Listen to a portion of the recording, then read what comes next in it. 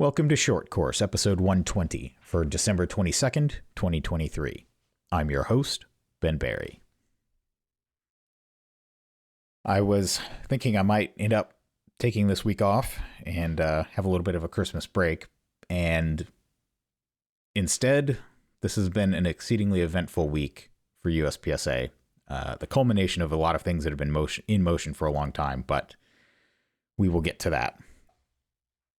Monday of this week was the second board meeting that I was included on, and so I got to attend that as an observer, although, as we'll get to later, the most eventful stuff I was not there for. But I'll do a quick overview of the things that I was there for and just talk about how the meeting went, and then we will get into the substance of the removal of Scott Arnburg as area director and the impact that that's having on the sport right now.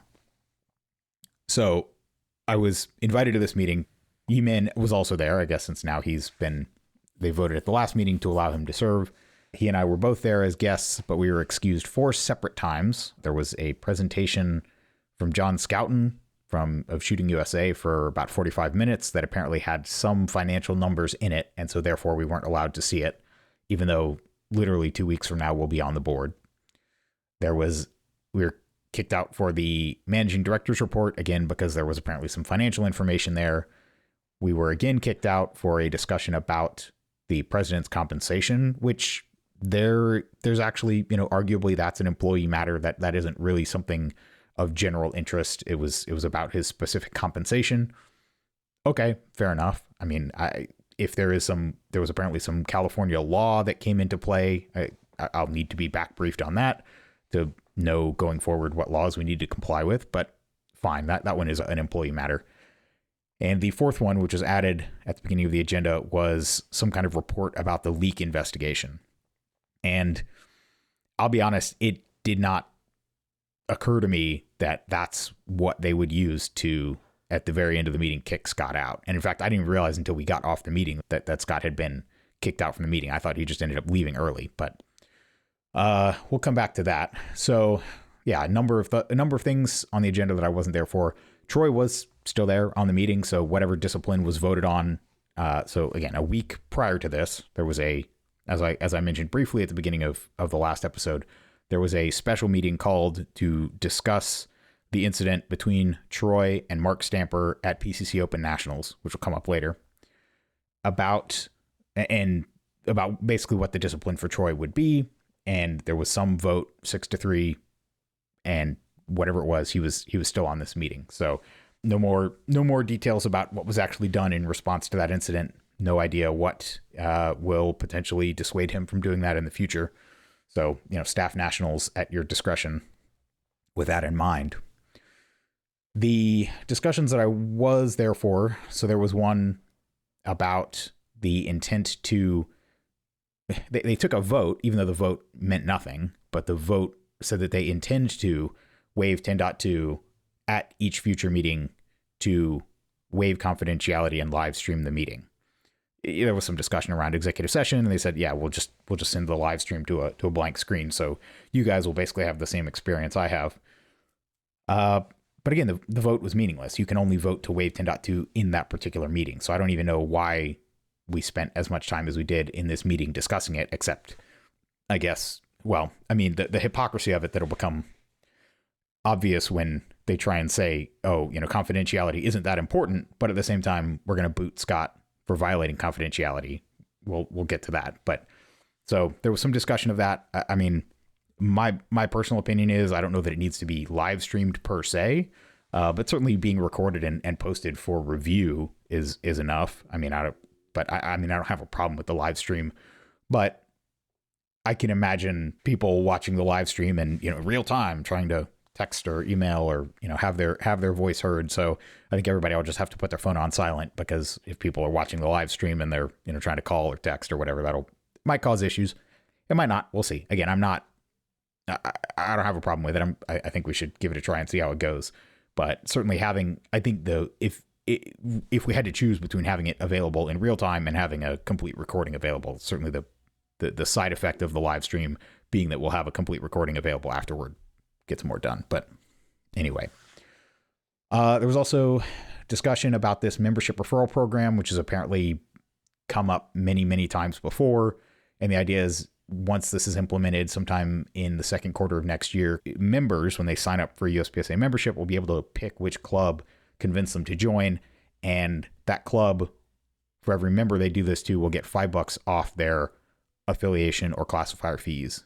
And the discussion around this was basically saying, well, now match directors will have skin in the game to go out and encourage people to join and become members. And I mean, I don't know how it works at other clubs. Most of the gun clubs around here, the match director doesn't really get paid. And so if the club saves $5, it's not like it goes in the match director's pocket. It's just going to be money that instead of going to USPSA will be a discount that goes to the gun club or whoever, keeps the money. I mean, that's the way the match that I run works. I don't see a dime of it. All the money goes to the club, or it goes to the range that's hosting it. So this seems like a way to reduce USPSA's revenue and give more money to people who won't be incentivized by actually receiving that money. But that's just my take on it. I wasn't asked. I didn't get a vote. So it is interesting to see that rather than reducing expenses, the board is currently engaged in reducing revenue, which seems kind of counterintuitive, but here we are. There was also a discussion around posting the actual expenses, how much each area director and president expenses to the company, to the organization each year, which I think is good. I think it's the members' money. They should know where it's going. So I am glad that it was brought up. I'm glad that they voted to allow it. And I look forward to people being able to see how much each area director is traveling on their dime and, what they're using it for. So I think this kind of transparency is actual transparency. And that was when the agenda item about the leaks came up, and Yemin and I were kicked to the Zoom waiting room for about 45 minutes. And like I said, when we came back, Scott was gone, but maybe I should have been more paranoid. I just figured, it was late where he was. He had to go. He couldn't be here for the last agenda item, which was production 15. So there was I think about 20 minutes of discussion of that. This was the one time when I was asked to speak, and what I told the board was, I think, yes, there are a lot of existing production shooters who would like to keep it at 10, but by definition, those are the folks who have stayed in the division. And I think if we keep it at 10, those people will be satisfied, and we'll continue to see the division slowly dwindle and very little interest of people coming into the sport. And when I say that, I don't mean people shooting their first match, because at the end of the day, trying to create a division that's particularly friendly for newbies it's self-defeating. You don't know how to shoot USPSA when you shoot your first match. So trying to place highly, no matter the division, is a fool's errand. So I'm not really one of these who thinks that production division needs to be the newbie division. It is nice if someone can show up with a gun from the factory and just use their factory magazines and shoot the gun. But to me, the goal is it should also be a place where you can stay. If it can do both, that's great. But ideally, it should be a place where people can choose not to heavily modify their guns, although obviously in production now you still can do quite a bit, but to keep their guns relatively stock, shoot without trying to juice the capacity, and just shoot cheap ammo with relatively stock guns and just compete heads up. So the point that I made to the board was, I think if we keep it where it is, it'll continue to slowly dwindle down to single stack and revolver type numbers. And that would be a shame to me. I think raising it to 15 at least gives it a chance of, as shooters look for other divisions to jump to, or new people come into the sport and are trying to choose where to stay, not necessarily the match to shoot at their first match with, the gear they already have, but because inevitably when you get into the sport, whatever you have, you look and you say, okay, I'm going to buy something that fits the sport. What should I buy? And if they can buy a production gun and stay in production because that's where they want to be, having that be a more viable option, I would like to see. And I do appreciate Frank Rizzi, Area 7 director, who has many states. I think the majority of the states in his area have 10-round capacity limits. I do think we need to address how the rules handle that. I do think having classifiers that are 10-round friendly is important. I think having 331 interpreted in a way where it's clear how that should be handled in 10-round states is important. But I think we need to figure those things out in the interest of moving towards 15 rounds, which obviously we'll have to do since the vote did end up passing. So that will be effective January 31st of next year. And production 15. obviously this is something that's happening. I only had tangential input on it, but I have to admit, I'm excited for it. I'm looking forward to shooting that way and shooting some more production. So, like I said, that was discussed at the end of the meeting. Scott was gone. I figured it was just late and he'd taken off early. I found out later that he had been voted on under Bylaw 77 and removed from the board. And what the minutes say is they conducted a forensic IT audit that gave a 99.8% chance, whatever that means, that Scott was the one leaking. The rumor is that the email that they somehow were able to track him with was an email that was sent the day after the previous special meeting, so a week before this meeting, which is the same night that Bruce Gary announced his resignation, where Bruce Wells was saying that Matt Hopkins had texted him about how Bruce Wells should resign.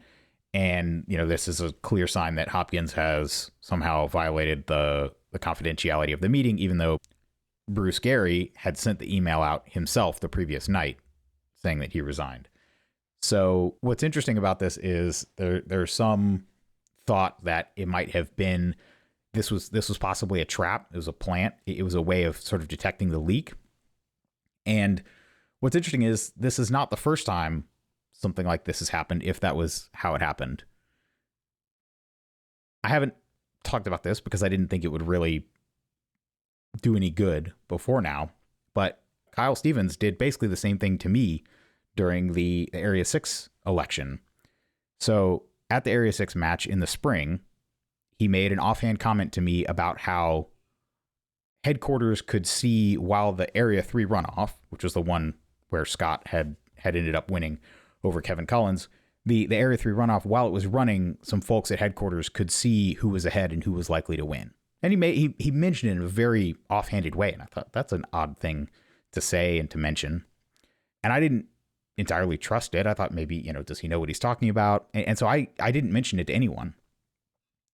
And then it was that fall, the second week of September, when the runoff between Kyle Stevens and myself was going, that Practical Shooting Insights published something implying that headquarters could see the vote totals, or they could see who was ahead in the election. I don't know where he got that information. It wasn't from me. But that was the thing that Mark Stamper had shared that caused Troy to come over and yell at him, because Troy felt that Mark Stamper was sharing misinformation. It was not true. And for all I know, it probably isn't.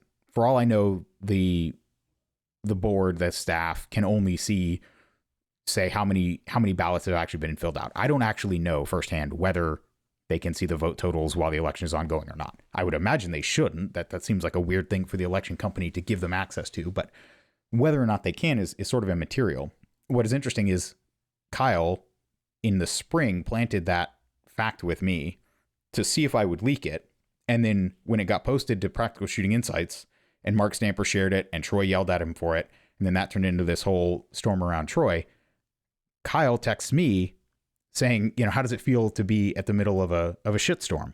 And I had no idea what he was talking about. And that's when he basically, unfurled this whole yarn about how he was convinced that I was the one who had told Derek about it, because, what are the odds that someone else would tell him the same story? And I mean, obviously I can't prove to him anything, but it wasn't me. But it was interesting because Kyle used a term that I'd never heard before, which is apparently, some spy movie thing called a canary trap, where you plant information that's false, but when you see where it shows up, you can find out who's the leaker. And I don't know why Kyle texted this to me the week before the election closed. I guess he either figured he had it in the bag or he had nothing to lose, but this is clearly a tactic known to him. And so, I mean, it's entirely plausible that that's what they did here. And they had some kind of tracking pixel or something in this email, so they knew when it was forwarded, who it was forwarded to. Anyway, it was interesting that the same thing, that's twice in a year that these, I mean, honestly, spy movie type tactics have come up. So what they alleged Scott had done, and the reason they brought the 7-7 against him, which was, I don't know what the disposition of the whole polygraph thing was. I guess the theory was that that's how they were going to 7-7 him when he refused to take the polygraph. But according to the minutes, that didn't come up. So there has since been a screenshot going around. I don't know from what Facebook group, but it was something where Leighton was saying that Scott failed the polygraph. When I talked to Scott a couple weeks ago, Scott said under no circumstances would he be taking the polygraph. So I don't think he actually took it and failed it. I guess that to Leighton is a failure. It's, well, if you have something to hide, you must be guilty of something. No, that's not how free men conduct themselves.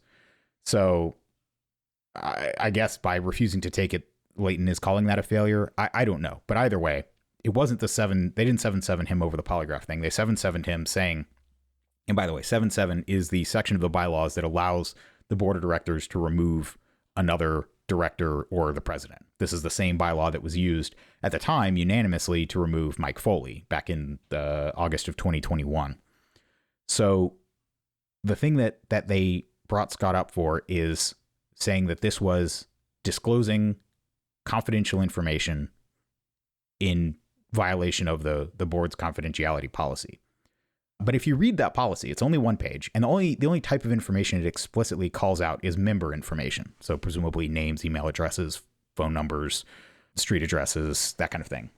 Everything else it's these vague sort of statements like, the board members and directors of USPSA understand and agree that during their employment and or service, they may obtain information and documents which is confidential and or privileged and proprietary in nature and which must be kept confidential both during and after their term of employment or service. So how do you know? Is a given email confidential or not? Well, their interpretation is anything they don't want shared is confidential, and so they can bring you up on 7-7 for it. Which, I mean, at what point is the podcast that I've already recorded where I go into more detail about the board meeting, the November one, this December one, the podcast that Scott released talking about the board meetings where they were having, he was talking about things that were in the board meeting that were not, was that confidential? Where's the line? And so they decided that this email, which contained no proprietary or strategic information, it was literally one paragraph where Bruce Wells just said, Matt Hopkins should be investigated and suspended, which is kind of an odd thing to say. Like, why investigate someone if you already know that he should be suspended? Just suspend him. No, don't even bother with the cover story of an investigation. Just suspend them. But when you say, yeah, someone should be, put on trial and found guilty, skip the trial. You've made your decision. But this email that Bruce sent, where the only conceivable member information was Matt Hopkins' name, and the fact that Matt Hopkins is a member of USPSA is not in any way confidential or secret. So this is what they said was confidential. Be that as it may, whether that's valid grounds to call the 7-7 vote or not, they then did. Now, the bylaw 7-7 says that for a director to be removed requires a 3/4 majority of the board of directors. Now, there are 9 seats on the board. 3/4 of that is 7. So you need 7 yes votes to remove someone. And the bylaw also says the person being voted on can't vote. So basically, there are 8 votes in play, and they need 7 of them to be yeses. Except in this case, because Bruce Gary resigned last week, there were only 7 people voting. And so it would have had to be a unanimous vote to get 7 yes votes. And Frank Rizzi voted no. They had 6 yeses, and 7 is required to kick someone out. Now, they're going to say, or their obvious interpretation is that the requirement is only 3/4 of the voting members or of the members present. And there's language elsewhere in the bylaws that talk about the members present. But that's not what 7-7 says. It says a 3/4 affirmative vote of the entire board. And they didn't have that. So I think there's a pretty good case that this vote was invalid on its face. They needed 7 yeses. They got 6. Of course, this is not the first time that they have interpreted the bylaws in whatever way is favorable to them. The obviously most hypocritical example is from earlier this year when Yi Min was booted from president for not having his RO certification. But when it was found that Mel didn't have his, despite the plain text of the bylaw saying you are considered to have resigned immediately upon taking office if you don't have the certification, he was allowed a grace period in which to get the certification and stay on the board. So there's already this game being played where they just read into the bylaws whatever they want to get to the outcome that they want. So I'm sure their justification would be, well, we only need 3/4 of the voting members and 3/4 of 8 is 6. But that's not, or 3/4 of the present members, or because there were only 7 people actually voting. To me, that doesn't hold up. So they've removed Scott for, obviously because they wanted him gone and they knew that when the year turned over, they wouldn't, even with the full complement of the board, they wouldn't have enough votes to do it. And so here we are.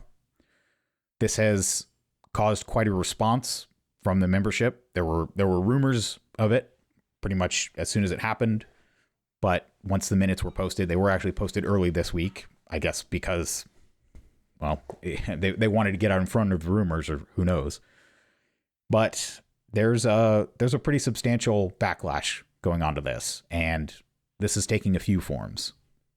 In Area 3 in particular, where Scott was elected and by all reports very well liked, people who have actually interacted with him, which tends to be the people who are physically proximate to him, the people who've been to his area match, who've been to Iowa section matches that he's run, who've shot matches at his club, those people are strongly in favor of him. And most, if not all, Area 3 clubs and sections are dramatically boycotting USPSA. So dropping their state matches from a level 2 down to a level 1. Some are being changed to be hit factor matches, so they're not even using the USPSA name.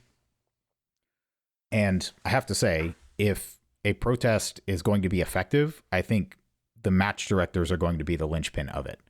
As much as I hate to say it, individual shooters boycotting, I mean, certainly if you just let your membership run out and don't renew and don't send the board any kind of protest or ask to formally be removed early or anything like that, then you just appear to be part of the 6,000 to 7,000 USPSA members that churn every year. And so that, as a form of protest, it's a pretty mild one and one that doesn't send much of a signal.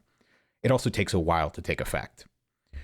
On the flip side, match directors immediately stopping submitting activities and classifiers and fees, that will show up very quickly.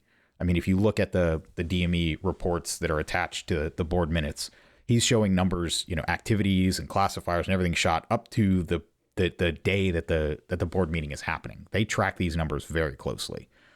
And so if you have an entire club of, let's say you get 80 shooters at your monthly match times 12 a year, and they just disappear, the match at the match level is where this protest really starts stinging.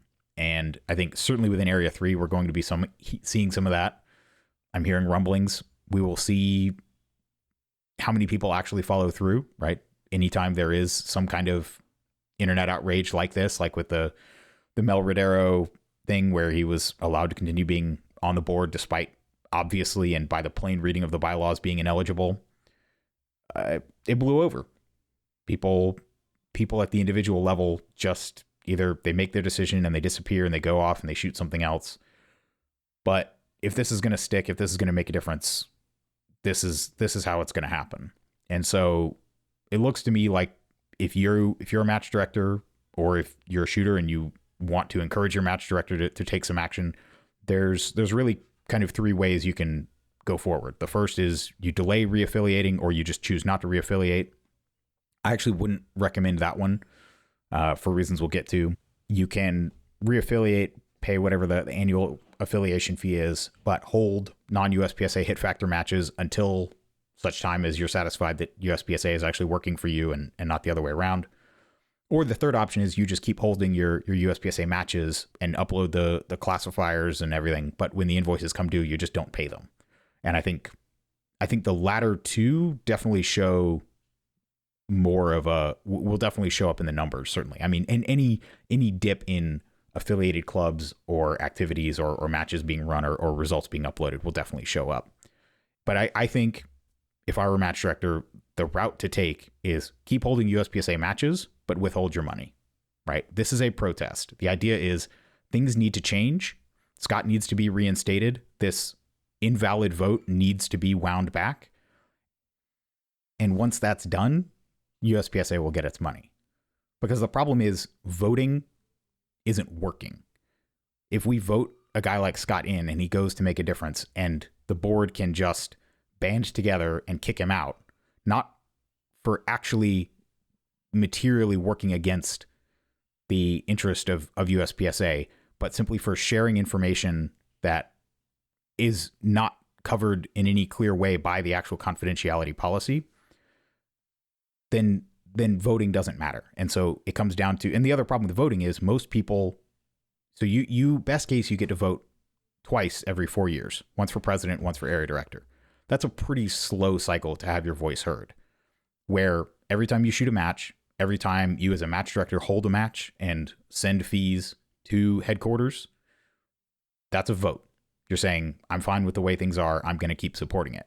And so my goal here is not to starve USPSA permanently. My goal is to temporarily send a message that things need to change. And when this all blows over and Scott is reinstated and the guys who, particularly Ted and Bruce Wells, who made sure to ram this through at their last meeting, well, we'll see if it's their last meeting. There's talk about them holding another special meeting. So having a total of 3 meetings, including 2 special meetings in the month of December, just to ram through stuff that they wanted to get done before the board turned over. If they have another special meeting, they know what they're doing. They are trying to squeeze this stuff in before the board turns over. And the goal here is to send a message to USPSA, not that we want people to go to another sport. If you want to go shoot PCSL instead, that's fine, but I don't think that's the solution. I think the goal, and obviously I feel this way because I ran for office and I think USPSA can be fixed from the inside, but we've got to wind this back. We've got to undo this. This was a vote that was against the bylaws and against the idea of USPSA as a membership-led organization where the directors work for the members. That is the idea that you would kick somebody out for what Scott has been doing while allowing people like Mel to stay on the board is completely absurd. So this vote is procedurally wrong and it's morally wrong, and it has to be walked back. We need to get this organization back on track fast. And so the goal is not to starve USPSA of income, because yes, we will need the match fees and the activity fees. They will certainly be a part of keeping the organization going while we improve things. So the goal is not to chase people away from the sport, to reduce at the end of the year the amount of funding, unless things don't change. The idea is to send a message.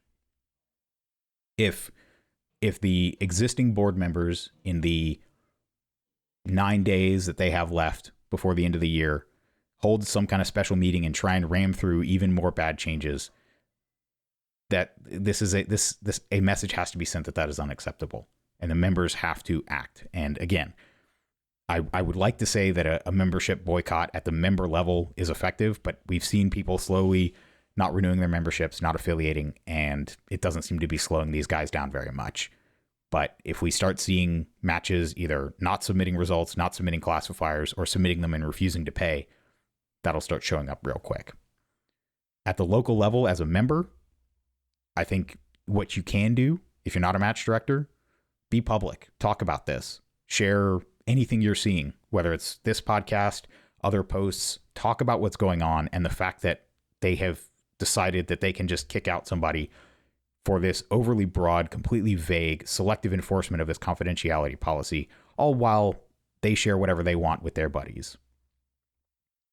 And email the board at uspsa.org. They don't get as many emails to that alias, from what I'm told, as you would think. For as much as people, now maybe this one's going to set a new high watermark, but with things like the membership dues increase, where they did back down on that one, they did give, now not fully, they only gave people a grace period to renew or upgrade. They did back down. There was a response and the members were heard. And that board alias A, it doesn't just go, now know this, it doesn't just go to the 8 area directors and the president. It does go to the other employee members of the board. But good. They need to hear that the members are not behind this and this has got to stop. Because if they don't, if this does keep up, I think this is the inflection point this might be the point where clubs start disaffiliating, not running matches, and actively we see people going outlaw. We see people going to another sport. We might see, some other offshoot sport start up. I don't know. But take action as an individual. Have your voice heard. There is a change.org petition out there that you can sign. I think it's getting close to something like 500 signatures as I'm recording this. I don't have a problem with that, but don't stop there.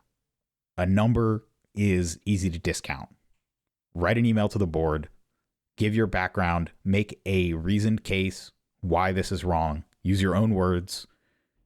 Talk to your local match directors, ask them what they're going to do, encourage them, say that the shooters will support a boycott, because a message has to be sent. You don't have to disaffiliate. In fact, my recommendation to everybody who's asked me is keep your affiliation, keep running matches, but just don't pay.